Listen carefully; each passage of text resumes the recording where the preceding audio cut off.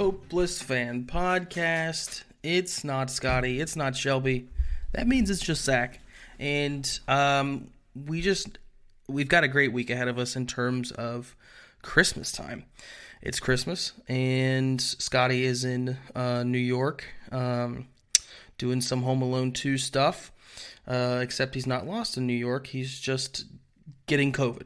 So, no, he doesn't have COVID, as far as I know. He could. I don't know. Shelby is working hard or hardly working. I'm getting ready to go to my parents.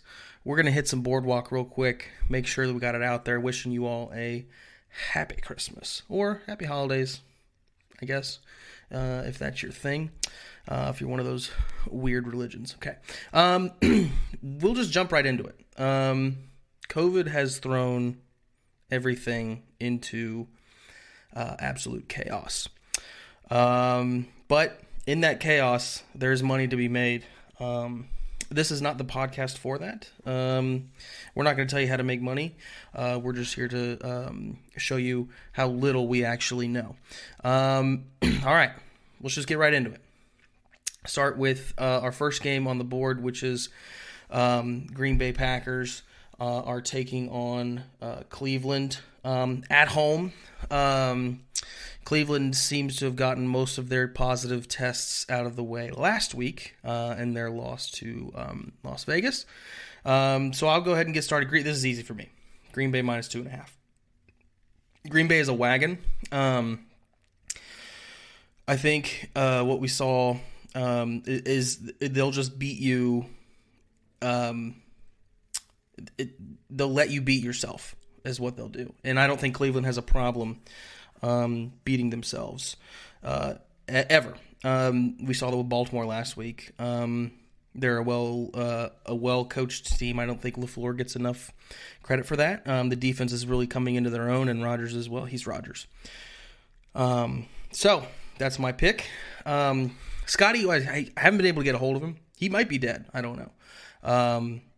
So I'm going to guess his picks, and then when he comes back, he'll tell what his picks would have been. See how close I was. I think he's going to go with Green Bay minus 2.5. I do have Shelby's picks though. He did send me those. So Shelby in this game, he's got. Hang on a second. That must be a typo. So he wrote down 2.5. Is that a 7? That's a 7.5. I don't know why I thought the 2.5. I was like, yeah, that seems like the logical thing here. I'm sticking with minus 7.5. Hey Shelby, when you listen to this, I know you're gonna get a kick out of this. Your 7 looks like a 2, and 90% on me for not being like, there's no way Green Bay is minus 2.5 at home against Cleveland. But 10% is on you for doing a 7 that looks like a 2. So 7.5. I'm having Scotty with the same. Shelby, he likes plus 7.5. He didn't give me any reasoning for any of these bets, so I'm going to get through it real quick. Next game is going to be Baltimore in Cincinnati, a game that I wish I was going to, but just wasn't in the cards this year. I did get to see the Ravens once, though, so that was fun. All right, Cincinnati minus 3 is my pick here. I think that this is going to be an easy cover. Ravens get swept. There's just too many injuries, too much COVID, too many players missing. Cincinnati at home finding their stride here at the end of the season. And I think Joe Burrow said it best. There's nothing to do in Cincinnati, so that's why none of their players are getting COVID. And I couldn't agree more with Joe. There is nothing to do in the city of Cincinnati. All right, Scotty, I would guess Baltimore plus 3. That's my guess. Because I don't know. He seems to like Baltimore in these underdogs, close lines. And that's what Shelby's going to take, too. Shelby's going to take plus 3. Probably an emotional hedge there a little bit for him. He also doesn't believe that Cincinnati would sweep the Ravens, although Cincinnati swept the Steelers And I think right now, at this point in the season, the Steelers are a slightly better team than Baltimore. Have looked anyways. All right, next game. New England and Buffalo.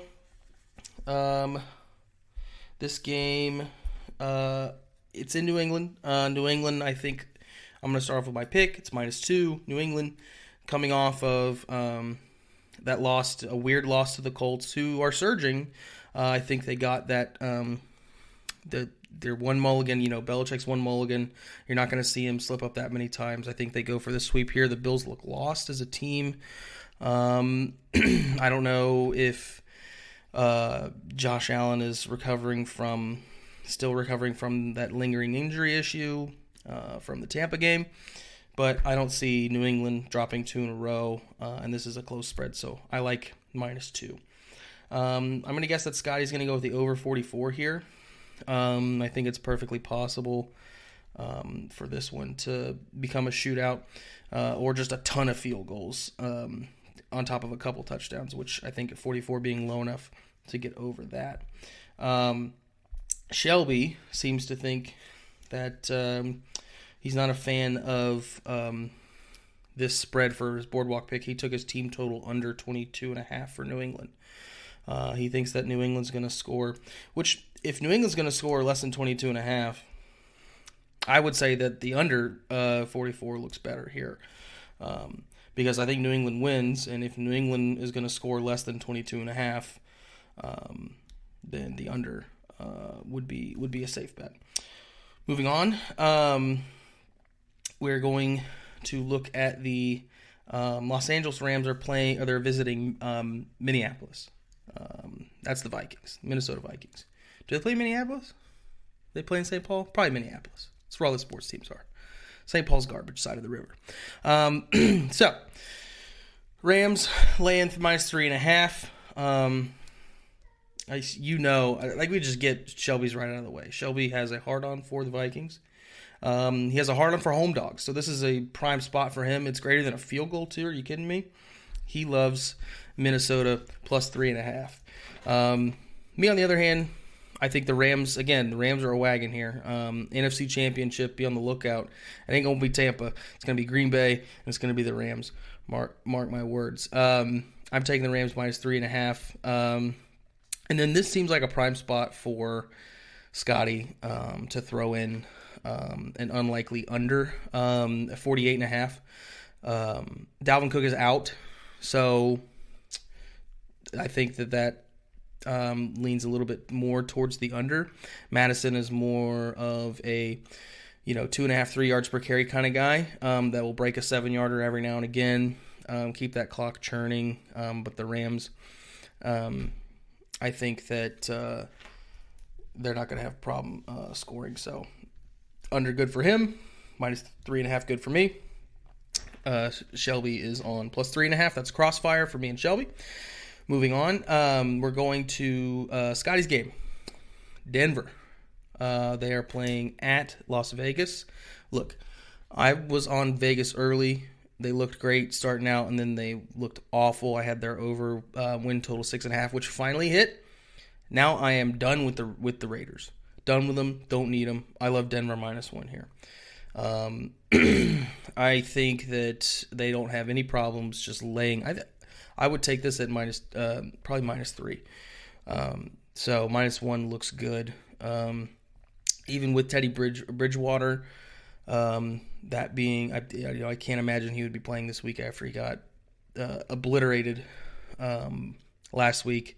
But I don't see when he went out, I didn't see a huge difference in their playing style versus Drew Locker. I really don't think there's a huge difference between the two, especially going up against a team that's not known for getting a bunch of turnovers, that being Locke's big handicap. So I don't think that Vegas is going to be forcing the kind of be able to capitalize on and turnover prone Drew Lock. So love Denver -1. I'm going to have Scotty in on Denver -1 as well, because he's never afraid to be a homer.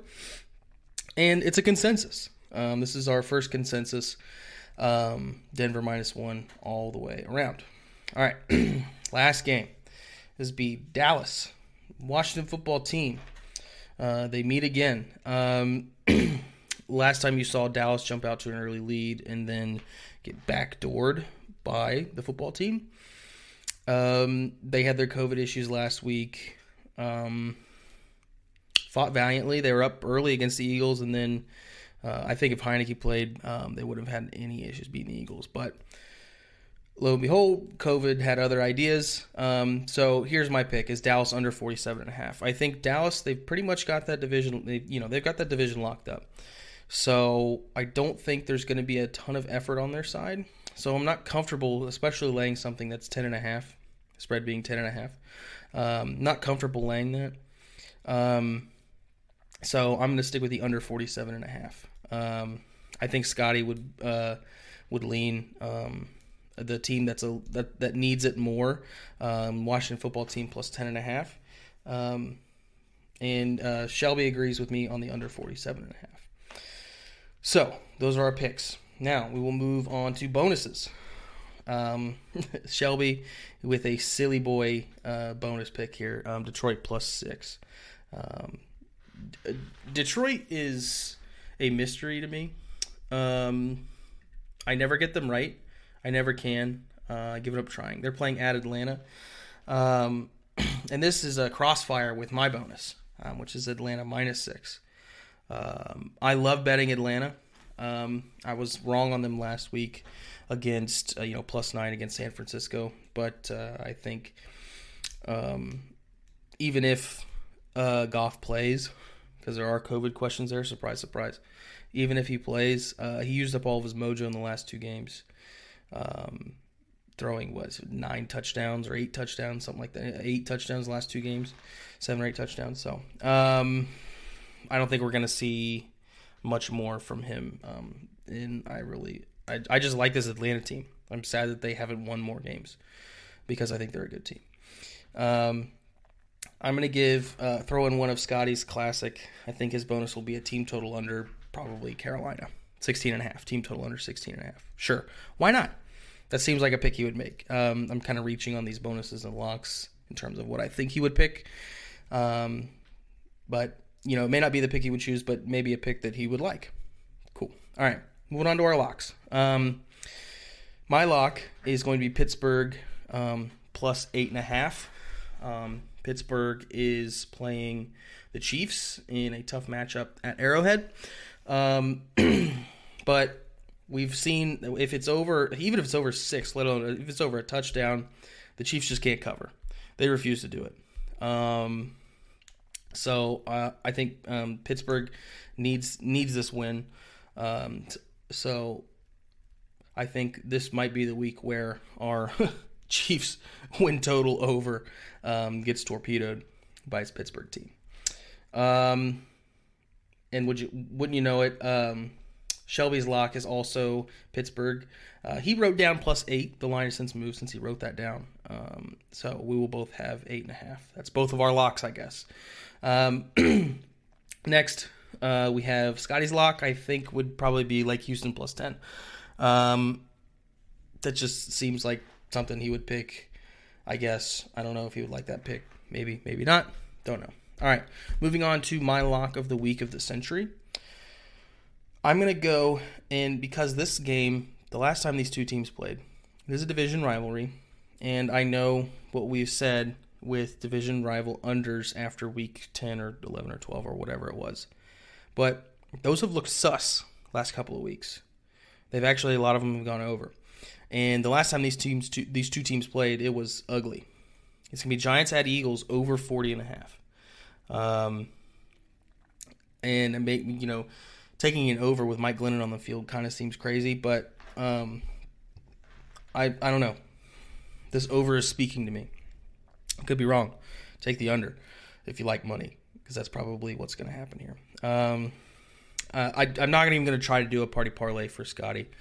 So we would maybe just skip out on that. All right. Last one here is tease and thank you. It's just a 2-teamer. This one's easy. This is just cash and checks, snapping necks, earning and burning. 6-point, 2-team teaser. Green Bay, minus 1.5. Buffalo, plus 8. You just sit back. You can just kick back, and this is going to be an easy cash for you. Just a two-teamer. Who's better than you? What's easier than that? All right, so run back down through the games real quick. We had Green Bay at home against Cleveland. Spread 7.5. Sorry, Shelby. I said it was 2.5 at the beginning. That's my bad. Over under at 46. Then we have Baltimore at Cincinnati. Spread being ±3. Over under 45.5. The next game was New England at home against Buffalo. ±2. Over under 44. Then we had the Rams visiting Minnesota. ±3.5. Over under 48.5. Denver is visiting Las Vegas. They are a 1-point favorite on the road. And then we have Dallas. They are at home against the Washington football team. That is ±10.5. Over under is 47. Well, it's moved to 47. I'm going to keep 47.5 for myself because I'm selfish. I gave Shelby +8.5 Pittsburgh, so I'm going to keep under 47.5. Let me just say this. If the Ravens get swept by Cincinnati, this may be the last year for me. I don't think I'll be able to handle Baltimore losing again to Cincinnati. After the way they lost that first game, it was embarrassing. I'm glad I'm not going to be watching the game with Shelby. Maybe I will, maybe I don't know. Maybe I will be watching with him. Maybe I won't. I don't know. What I do know is that this is a bridge jumper for me. I know I've been talking about how I'm out on Baltimore, but you can't get swept by Cincinnati. Can't let it happen. Other than that, looking forward to a fun Christmas weekend. We actually get Christmas on a weekend. We will be back next week, I think, probably, if Scotty can get out of New York. Who knows? Maybe Donald Trump can help him get out of his hotel. All right. That's it for me. Those are our Boardwalk picks. We are in deep trouble, I think, with these picks. I hate these picks. This board is awful. Real quick, let me run down the records real quick here. Let me find them. So I am 55, 63, and 2. 5 games back from Shelby. Shelby's at a commanding lead of 61 and 59. And Scotty, who has surged, is 2 games back from me, 7 back from Shelby at 54 and 66. Again, I'm the only one with a push, and I got 2 of them. So, I don't know. I have a knack for that, I guess. So, maybe I'll go 0-0 and 6 this week. Or 0-0 and 8 with bonus and lock. Wouldn't that be fun? No, we got hooks in there, so some of them can't push. Anyhow, that's the show. Thanks for sticking in there. It's not as fun when I don't have people to bounce off of. Kind of nerve-wracking a little bit. And I miss my boys. I hope they have a happy Christmas. Shelby, Merry Christmas, buddy. Scotty, Merry Christmas to you, and I hope that you survive the hellscape in New York. That's the show. Alright, here we go.